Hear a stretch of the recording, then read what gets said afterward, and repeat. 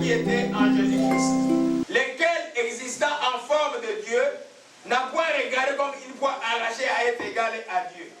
Il s'est dépouillé lui-même, en prenant une forme de serviteur, en devenant semblable aux hommes, ayant paru comme un simple homme. Il s'est humilié lui-même, se rendant obéissant jusqu'à la mort, même jusqu'à la mort de la croix. C'est pourquoi Dieu l'a souverainement élevé. Dieu lui a donné le nom qui est au-dessus de tout nom. Enfin, qu'au nom de Jésus, tous genoux fléchissent dans les cieux, sur la terre et sous la terre, que toute langue confesse que Jésus-Christ est Seigneur, à la gloire de Dieu le Père. Nous connaissons très bien les versets 11 et 10 et 11, mais le parcours nous ignorons. Le parcours que Dieu s'est humilié, a pris la forme humaine, il est venu s'asseoir avec nous pour porter, être tenté comme nous sommes tentés, mais il ne pécha point.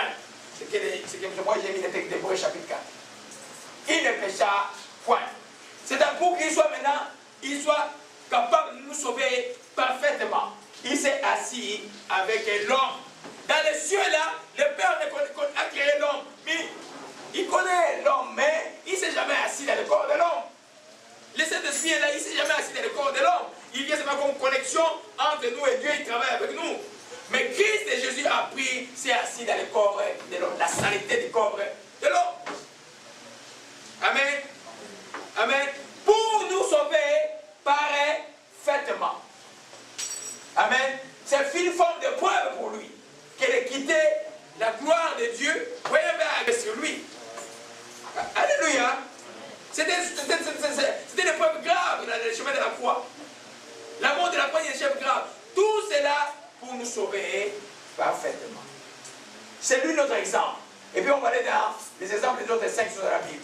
Alléluia. Hébreux 4, verset 5. Aujourd'hui, vous n'allez pas vous fatiguer, mes bien-aimés. Nous lisons la parole parce que nous voulons que cela nous pénètre. Amen. Alléluia. Hébreux chapitre 4. Rapidement. Et là, je vais demander à un lecteur, chapitre 15. Et chapitre 4, verset 15. Hébreux 4, verset 15. Ah. Tu peux lire 14, disons tous, 14 et 15. Hébreux 4, nous lisons tous 14 et 15, parce que c'est fondamental. Ainsi, on est là nous tous. Tout le monde est là? Oui. Hébreux 4, verset 14 et 15, tout le monde est là? Oui. Alléluia, nous lisons la parole du Seigneur. Ainsi, puisque nous avons un grand sacrificateur qui a traversé les cieux, les fils de Dieu demeurons fermes dans la foi que nous professons. Car nous n'avons pas un sacrificateur qui nous puisse compatir à notre faiblesse. Au contraire, il a été tenté comme nous en toutes choses, mais sans commettre les péchés. Alléluia. Amen. Amen. Amen. Comme ça, c'est quoi il peut te sauver. La même chose, toi, tu ne peux pas aider quelqu'un plus efficacement s'il n'a pas connu les problèmes dans cet âge. Si tu es même vécu dans la pauvreté, là, et tu es comme chrétien, mais dans la pauvreté, tu as gardé la ligne, tu ne peux pas exhorter quelqu'un, si tu es persévère, Dieu va te faire quelque chose pour toi. Tu vas le faire, mais ce ne sera pas puissant. Mais si tu es passé les primaires, tu as dormi des endroits directs, ton compte est zéro, malgré ton compte est zéro, tu as les mains en l'air, tu rends grâce à Dieu, tu peux aller exhorter un frère qui manque, et ça ne va t'utiliser puissamment parce qu'il y a des liens de la compassion. Tu vas sentir ce que tu as été, comme tu manquais, les liens de compassion seront là. Tu vas te souvenir des jours où tu manquais, tu savais où mettre la tête. Dieu t'a dit, malgré ça, Dieu t'a fait grâce, tu vas aider l'autre. Alléluia. Amen. Amen.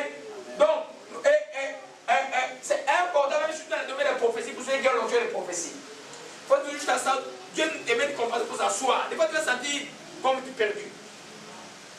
Tu n'es pas perdu. C'est l'esprit de saison qui est passé à quelqu'un qui est perdu, qui n'est pas Dieu, mais Dieu peut prendre qui a des pères. Tu vas te des avis comme la vie n'a plus de sens. Non, c'est pas toi. Prie contre l'esprit de suicide de la vie. Quand tu vas prier en l'air, il va entendre, oh, l'esprit de suicide avait déchassé quelque part. Alléluia.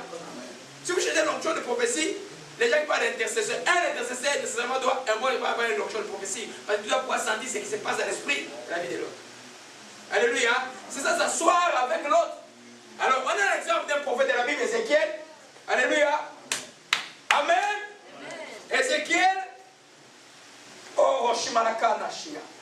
Et Koshimereke no Sarem, Serem, Rema de paix. Rema de paix, Oshimanaka Baratashia. Et le temps de paix. Oh, Ézéchiel chapitre 3. versets 15 à 17. Alléluia. Amen. Amen. J'ai dit, au verset 14, l'esprit m'enleva, m'emporta, j'allais irrité et furieux. Ça c'est autre chose, je pense que c'est ce qui est les prophéties. La main de l'Éternel agissait sur moi avec puissance. J'arrivais à Tel Abib, vers les exilés qui demeuraient près du fleuve de Kébar. Et dans le lieu où il se trouvait, là j'ai resté là 7 jours. Ça vous rappelle vraiment quelqu'un? Les amis de Job. 7 jours sans quoi? Stupéfait au milieu de sans parler. Amen. Et l'Éternel, au bout de 7 jours, la parole de l'Éternel me fit adresser en ces mots. Fils de l'homme, il est établi comme sentinelle sur la maison d'Israël. Tu écouteras la parole qui se donne de ma bouche et tu les avertiras de ma part. La mission ne pouvait pas être possible sans qu'il s'assoie parmi les peuples. Alléluia. Amen. Tu ne peux pas aider quelqu'un si tu ne peux pas passer dans cette épreuve-là. Si tu ne peux pas compatir avec la souffrance des autres, ton aide est superficielle. Voilà pourquoi les gens prient sans compassion. Je m'appelle une année, je suis allé prier pour un petit qui était mort. Vous ne me regardez pas comme je ne suis pas fou à partir de aujourd'hui-là. Ça fait plus de 15 ans. 15 ans, oui. Amen. Il était mort, je suis allé pour qu'il se ressuscite. J'ai amené la personne qui était à côté de moi, je voyais que la personne était aussi concentrée que moi. On arrive, j'ai pris pour le petit, il ne se réveille pas. C'est pas possible, il devait se réveiller. Alors, vous vous souvenez de ma déception et puis, parce que moi j'ai dit à Dieu, je ne te justifierai plus jamais. Je ne dirai jamais non, tu ne donnes pas l'explication, c'est toi qui vas te justifier toi-même, Jésus. Moi j'ai dit ton nom, j'ai dit ta parole, c'est toi qui te justifies. Et cette mentalité-là, vous voulez des miracles tout le temps. Et en sortant de là, mon ami et mon frère qui était avec moi dit, oh, docteur, est-ce que tu peux même m'aider à aller voir une voiture que je voulais acheter? On sortait juste de la mort. Il dit, oh, distraction, son cœur était dans la voiture. Chose de la terre. Vous comprenez mes bien-aimés? Dans les choses de Dieu, quand vous êtes focus sur les choses de Dieu, quand tu veux prier avec quelqu'un, ne va pas faire des aventures. Ton cœur doit te relier à la personne. Tu dois sentir la santé de quoi un cancéreux. Tu dois sentir la souffrance de quoi un cancéreux. Et tu vas prier pour les cancéreux. Et ça va marcher. Ça va s'asseoir. Les prophètes allaient s'asseoir avec les exilés. Avant qu'ils soient établis prophètes. Alléluia. Ton épreuve, quand 7 jours sans manger, ce n'était pas un endroit agréable. Mais il était s'asseoir. Il y a des pasteurs qui ne peuvent pas s'asseoir avec eux. Le pasteur est trop riche. L'église n'a rien. Il y a un problème. Il y a un problème. Amen. Lui, des apôtres, il ne peut pas aider une sœur et une frère. Il fait toujours. Il y avait un réuni de conseil. Après, tu fais que tu pourrais. Il y a l'argent en poche, aide ta sœur. Alléluia. Amen. C'est un principe très, très fondamental. Amen. Donc, j'écrivais que s'asseoir avec ceux qui se trouvent te permet de sentir ce qu'ils sentent. Alléluia. Amen. C'est pourquoi les gens qui sont de la rue, qui étaient comme sans-abri, quand ils deviennent passer de la rue aussi, les gens viennent beaucoup à Christ.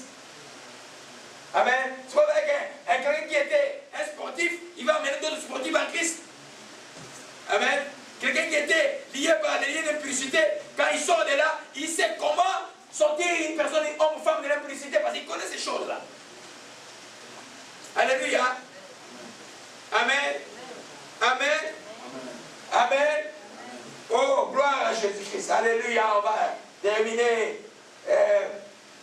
Voilà. Amen. J'avais compris.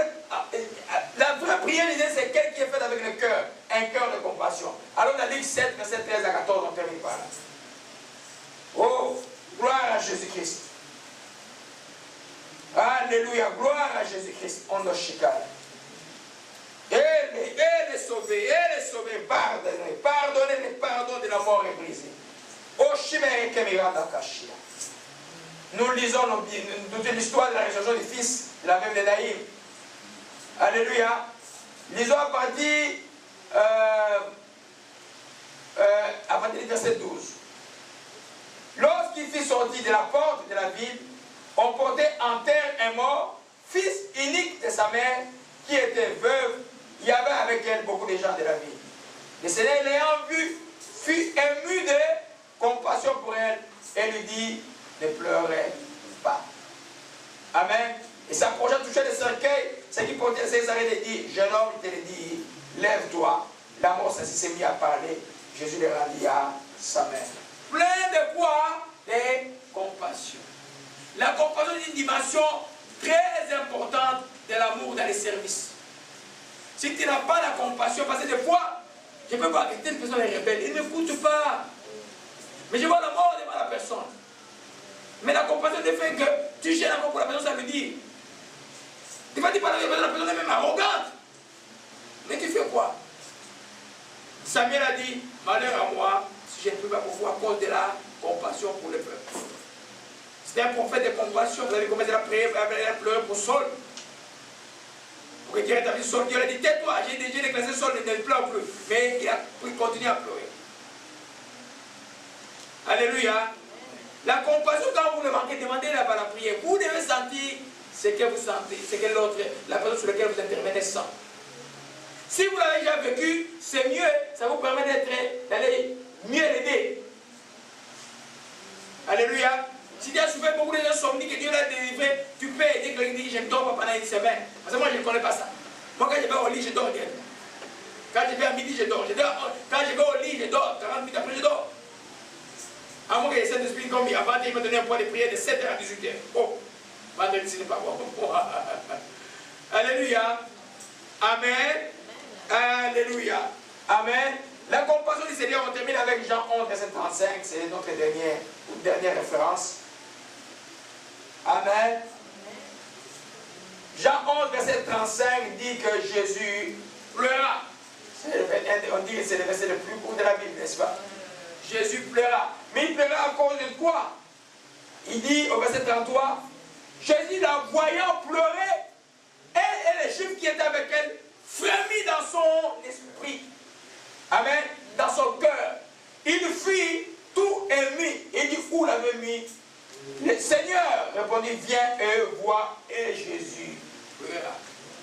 Il a pleuré parce qu'il a vu ses amis en train de pleurer. Les amis de Job sont arrivés, ils ont vu Job dans la maladie, ils ont déchiré les habits, ils étaient dans la souffrance de Job. Amen. Ça s'appelle participer à la souffrance de l'autre. Tu aideras parfaitement les gens qui voient un jeune homme plein de potentiel, que les diables de la famille a mis quelque chose pour les détruire. Mais tu sais que ces jeunes-là ont quelque chose de grand. Tu auras beaucoup de compassion d'aller vers ces jeunes hommes-là. Amen. Si tu ne pleures pas quand les gens pleurent, fais très attention. Il y a des chrétiens qui ont tellement un cœur dur, ils vont dès qu'ils ne pleurent pas. Ils disent non, non, on ne peut pas pleurer. Et ça ne va pas étonner de l'entendre, mais ils ont un autre problème plus grave que de ne pas pleurer. Le cœur des chrétiens pleure. Pourquoi? Jésus a pleuré. Mais il termine de pleurer par des actions de grâce. Après, Jésus a dit, ok, c'est passé, maintenant il est allé ressusciter Lazare. Tu dois pouvoir sentir. Une fois, j'ai prié pour quelqu'un. J'ai déjà fait ça pour 2 personnes. J'ai dit, cet esprit ne fait pas, c'est pour là. C'était une femme, une jeune femme. J'ai prié pour elle. C'était un problème comme des rejets. L'esprit est parti, je lui dis, serre-la dans les bras. Je dis, oh, non, j'ai envie de dire une fois. Il dit, serre-la dans les bras. Je suis venu, c'est pas comme ça, je serre comme ça. Paf, la personne était guérie. Vous comprenez? Là, tu dois sentir le cœur de ce qui est dans la vie déjà. Quand tu interviens auprès, tu ne peux pas aller évangéliser déjà sur tes enfants. Tu ne peux pas dire que les Québécois ne prient pas tout le temps et puis tu vas chercher à les évangéliser. Tu dois